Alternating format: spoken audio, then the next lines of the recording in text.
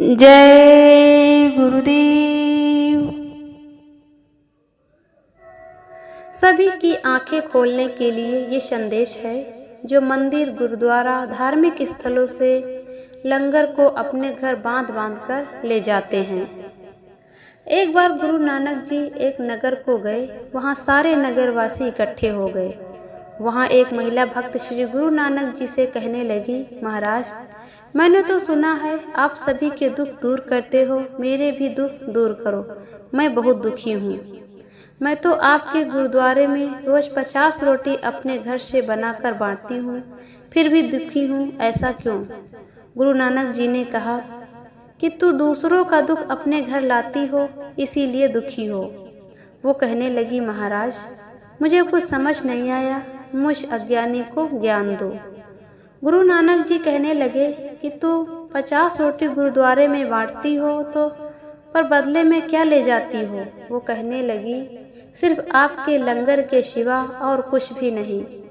गुरु नानक जी कहने लगे, लंगर का मतलब है एक रोटी खाना और अपने गुरु का शुक्र मनाना, पर तू तो रोज बड़ी बड़ी थैलियों में दाल मखनी, मटर पनीर, रायता, खीर और 10-15 रोटी भर भर के ले जाती हो। 3 दिन वो लंगर तेरे घर में रहता है, तू अपने घर में सभी परिवार को वो खिलाती हो।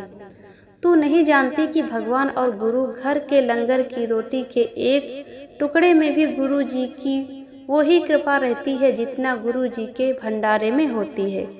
तू कहती है मेरे बच्चे घर पर हैं, उनके लिए, मेरे पोतों के लिए, मेरी बहू के लिए, मेरे बेटे के लिए, इन सब के लिए भरपूर लंगर ले जाना है।